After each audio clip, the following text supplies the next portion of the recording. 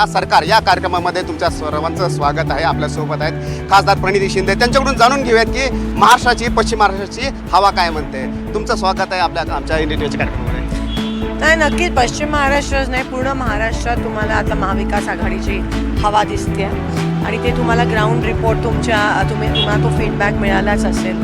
तर त्याच पद्धतीत हवा आहे महाविकास आघाडी आणि नक्कीच विजय.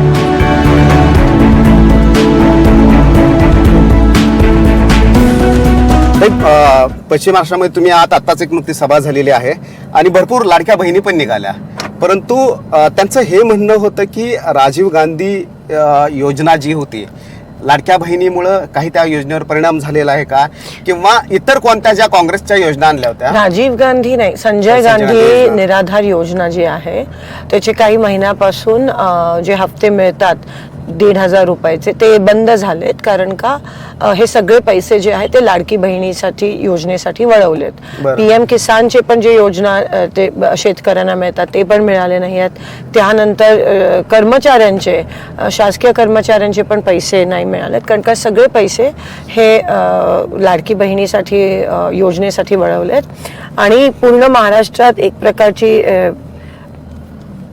दिवाळखोर महाराष्ट्र हा होणार आहे, कारण का कोणत्याही प्रकारचं नियोजन नाही आहे आणि सगळे ऐन इलेक्शनच्या तोंडावर महिलांना एक प्रकारचं लाच देण्याचं किंवा मतं विकत घेण्याचा हा भाजपचा जो प्रयत्न आहे त्याचा आम्ही निषेध करतो. आणि महिलांना ते कळून चुकलंय, त्यांना माहिती आहे की हे पैसे मिळत आहेत तर घेऊयात, पण शेवटी मतदान महाविकास आघाडीलाच करणार आहे. बरं, तुम्ही महालक्ष्मी योजना चं आश्वासन दिलेलं आहे, मग त्यामध्ये प्रश्न हाच आहे भाजपचा की जर तुम्ही आक्षेप घेताय की बजेट नाहीये, तर मग काँग्रेसकडून कुठून बजेट येणार एवढं देण्यासाठी. पहिले प्रथम तर भाजपने जी योजना आणली ते इलेक्शनच्या तोंडावर आणली. 3 वर्ष जेव्हा ते सत्तेत होते हे खोके सरकार, तेव्हा कोणत्याही महिलांसाठी त्यांनी योजना आणली नाही. त्या उलट महिलांवर महाराष्ट्रात अत्याचाराचं प्रमाण वाढलं, अन्यायाचं प्रमाण वाढलं, रेपचं प्रमाण वाढलं, महाराष्ट्रातून मुली गायब झाल्या ह्याचं पण प्रमाण वाढलं. आणि आता ऐन तोंडावर त्यांना माहिती आहे की महिला सगळ्या विरोधात गेल्यात, त्यांच्या एकंदरीत लोक, शेतकरी, कामगार सगळे त्यांच्या विरोधात गेले. तर नेमकं काय करायचं, तर लाडकी बहीण हे त्यांच्या मॅनिफेस्टोमध्ये नव्हतं, हे आधी इलेक्शनच्या पण आधी नव्हते, आता त्यांना सुचलंय. आणि काँग्रेसची जी योजना आहे जे काय आहे ते आम्ही आमच्या मॅनिफेस्टोत आणतो. कर्नाटक आणि तेलंगणामध्ये तुम्ही बघता आज दोन्ही मुख्यमंत्र्यांनी मुंबईमध्ये प्रेस कॉन्फरन्स पण घेतली. त्या राज्यांमध्ये ऑलरेडी ही योजना राबवली आहे आणि व्यवस्थितरित्या ती योजनेचं इम्प्लिमेंटेशन पण कर्नाटक आणि तेलंगणामध्ये होत आहे.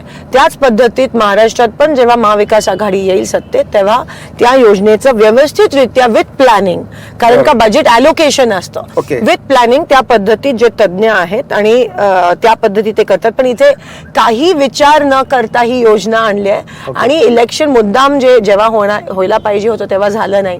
इलेक्शन लांबवण्यात आलं, काही प्रकारचा दबाव कदाचित आणून काहीतरी, पण त्यांना काही पण करून हे इलेक्शन जिंकायचं होतं आणि हा शेवटचा प्रयत्न आहे.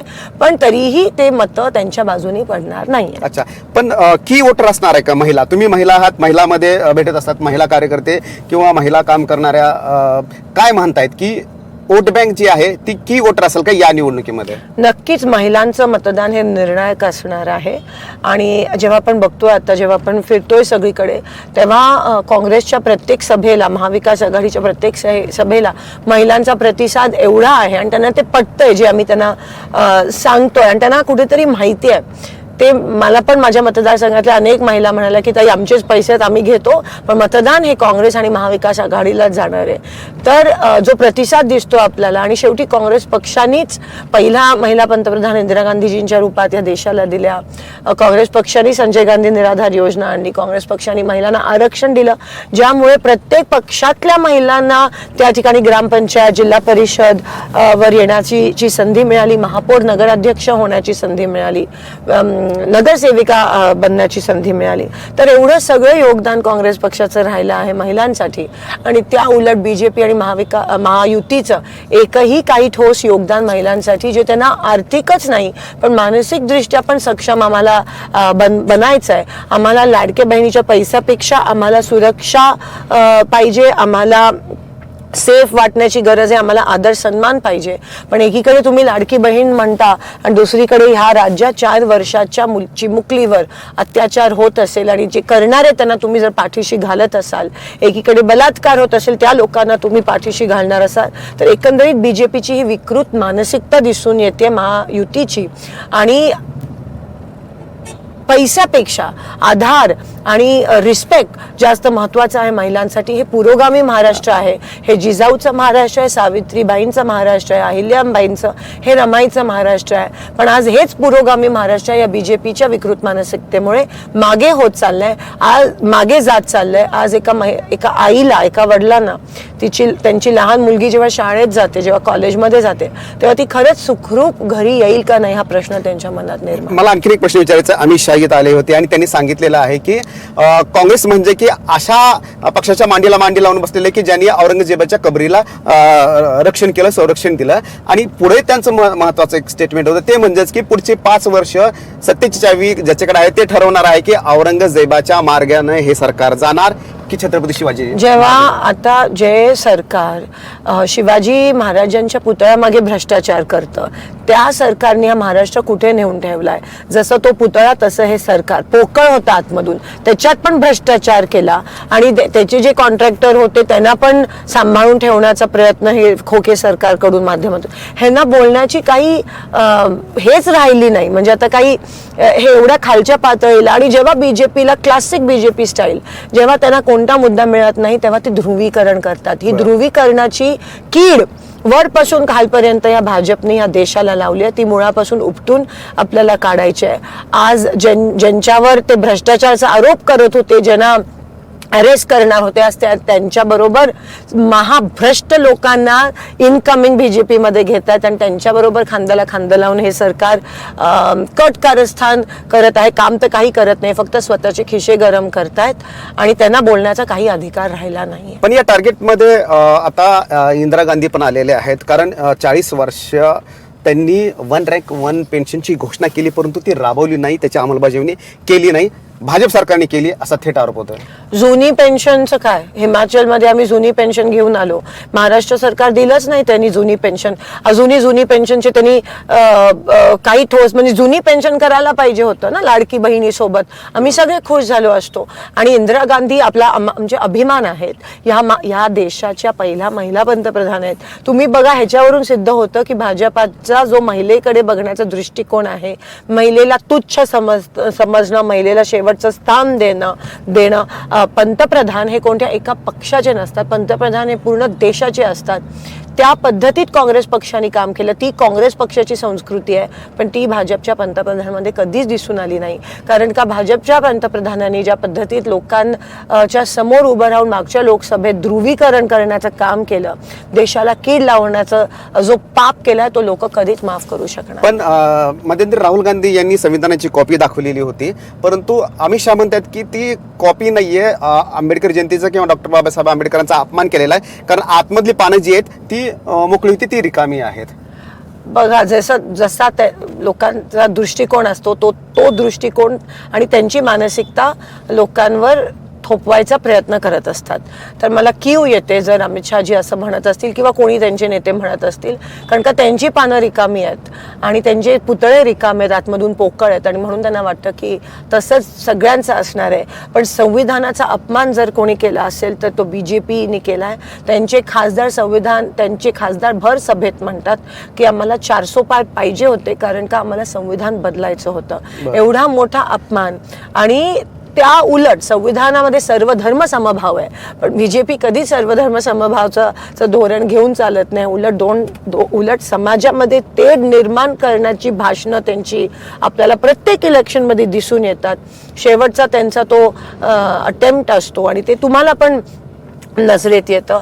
राहुल गांधीजी काँग्रेस पक्षाच्या माध्यमातून, इंडिया अलायन्सच्या माध्यमातून, महाविकास आघाडीच्या माध्यमातून संविधानाचं संरक्षण, संविधानाची शपथ घेऊन आम्ही सत्तेत येतो आणि संविधानाचं संरक्षण हा आमचा मुद्दा होता आणि त्यामुळेच मला असं वाटतं इंडिया अलायन्सची सीट्स लोकसभेत वाढली आणि ते चित्र तुम्हाला ह्यावेळेस महाराष्ट्रात दिसतं. पंतप्रधान मोदींचं हाच म्हणणं आहे की संविधान बचाव असा नारा दिला जातोय महाविकास आघाडीकडून, इंडिया अलायन्स कडून, परंतु हे ध्रुवीकरण केले जाते दलित समाजामध्ये, आदिवासीमध्ये, ओबीसी मध्ये कुठेतरी फूट पाडली जाते का?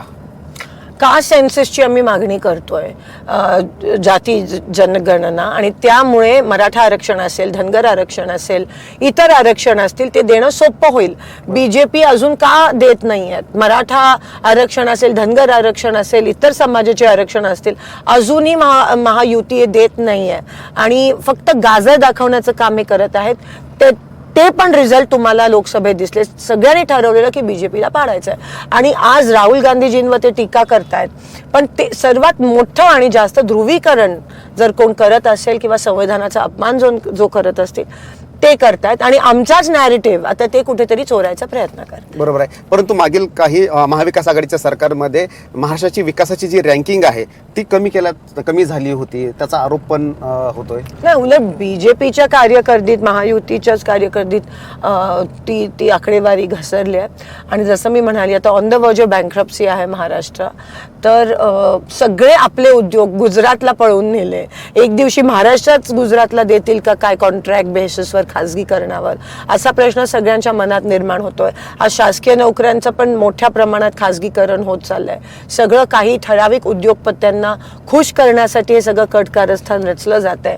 आणि म्हणून जर महाराष्ट्राला एक स्थिर आणि सॉलिड सरकार जर कोण देऊ शकते तर ती महाविकास आघाडी. अच्छा, परंतु मुद्दा हाच येतोय की वारंवार ही निवडणूक ही तुमच्या दृष्टीनं कशी आहे? लोकसभा पण पाहिली यावेळेची, कारण तिसरी आघाडी, चौथी आघाडी, एवढे पक्ष, कोणत्या पक्षामध्ये जाते, तुमच्यासाठी ही निवडणूक कशी आहे? खूप महत्वाची आहे, कारण का लोकसभेची निवडणूक होती, ती निर्णायक निवडणूक होती आपल्या देशात. कारण का बीजेपीने साम दाम दंड, ईडी, भीती सगळं वापरलं, पण शेवटी या सगळ्या गोष्टी समोर लोकशाही टिकली.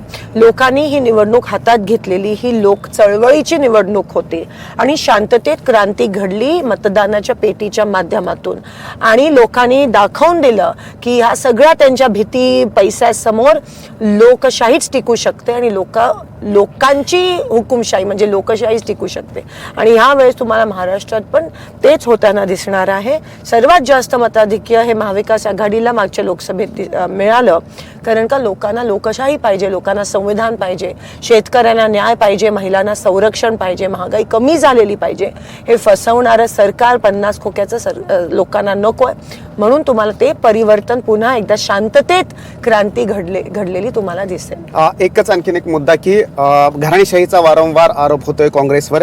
घराणेशाहीबद्दल काय? आणि दुसरं म्हणजे की तुम्ही ज्या याद्या जाहीर केलेल्या आहेत तर त्याच्यामध्ये महिलांचं स्थान किती आहे? किती महिलांना उमेदवार देण्यात आलेला आहे? घराणेशाहीचा आरोप आता ते नाही करू शकत, कारण का बीजेपीत पण सगळ्यांना ज्यांना तिकीटं मिळालेत किंवा आधी खूप आहे त्यांच्या इथे, पण त्यांनी पण ती यादी काढावी. आणि शेवटी लोकशाही आहे, कामं नाही केली तर निवडून कोणीच येत नाही आपल्या देशात, कितीही तुम्ही भीती वापरा. आणि त्याचं उदाहरण तुम्हाला दिसतंय. आणि लोकशाहीच टिकते आणि लोकशाहीच तुम्हाला टिकताना दिसेल. ह्या इलेक्शन महाराष्ट्रानं अनेक परिवर्तन महाराष्ट्राने घडवलेले आहेत, रिव्होल्युशन घडवलेलं आहे. महाविकास आघाडीसारखा प्रयोग पण पहिल्यांदा महाराष्ट्रामध्ये झाला आणि आता अशी वेळ आलेली आहे की महाराष्ट्र सुद्धा आता देशाच्या राजकारणामध्ये टर्निंग पॉईंट ठरतोय. काय वाटतंय, काय होईल निकालामध्ये? काँग्रेस कुठे असेल, महाविकास आघाडी कुठे असेल? हे आत्ताच नाही, महाराष्ट्र हा देशाच्या राजकारणामध्ये, आर्थिक ह्याच्यामध्ये नेहमीच टर्निंग पॉईंट आणि गेम चेंजर स्टेट आहे. दिल्लीचाही तख्त राखितो महाराष्ट्र माझा. आणि नक्कीच ह्या निवडणुकीकडे सगळ्यांचे डोळे आहेत. तुम्ही बघाल की महाविकास आघाडी जे तिन्ही पक्ष एकत्रित आले, आपापली कट्टरता जी आहे, कट्टरता हे एक विष आहे. आणि कट्टरता हे कोणत्याही प्रकारची कट्टरता, कोणत्याही समाजातली कट्टरता ही देशासाठी एक कीडच आहे. आणि ती कट्टरता बाजूला ठेवून आम्ही तिन्ही पक्ष एकत्रित आलो, 20 पॉईंट प्रोग्राम बनवला, एक पाऊल मागे घेतलं. विचारसरणी जरी वेगळी असली तरी महाराष्ट्राला एक स्थिर सरकार देण्यासाठी आम्ही एकत्रित आलो आणि आता तुम्हाला महाविकास आघाडी परत एकदा सत्तेत आलेली दिसणार आहे. उद्धव ठाकरेंशी तुमचा संपर्क झालेला असं कसं उद्धव नाही, महाविकास आघाडीचे सगळे नेते एकमेकांच्या संपर्कात आहेतच. बर, काँग्रेस किती आकडा गाठेल तुम्हाला वाटतं?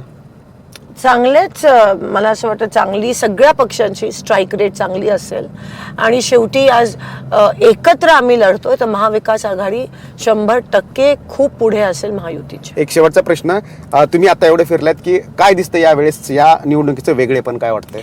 खूप महिलांचा प्रतिसाद खूप खूप आहे आणि शेतकरी पण वैतागलेत, ग्रामीण भागातले जे लोक आहेत ते पण वैतागलेत त्या बीजेपीला. त्यांनी मागच्या वेळेसच ठरवलेलं की ह्या विधानसभेत पण ते महाविकास आघाडीलाच मतदान करणार. ताई धन्यवाद. आमच्या कार्यक्रमाचं या सरकार हे असं नाव आहे.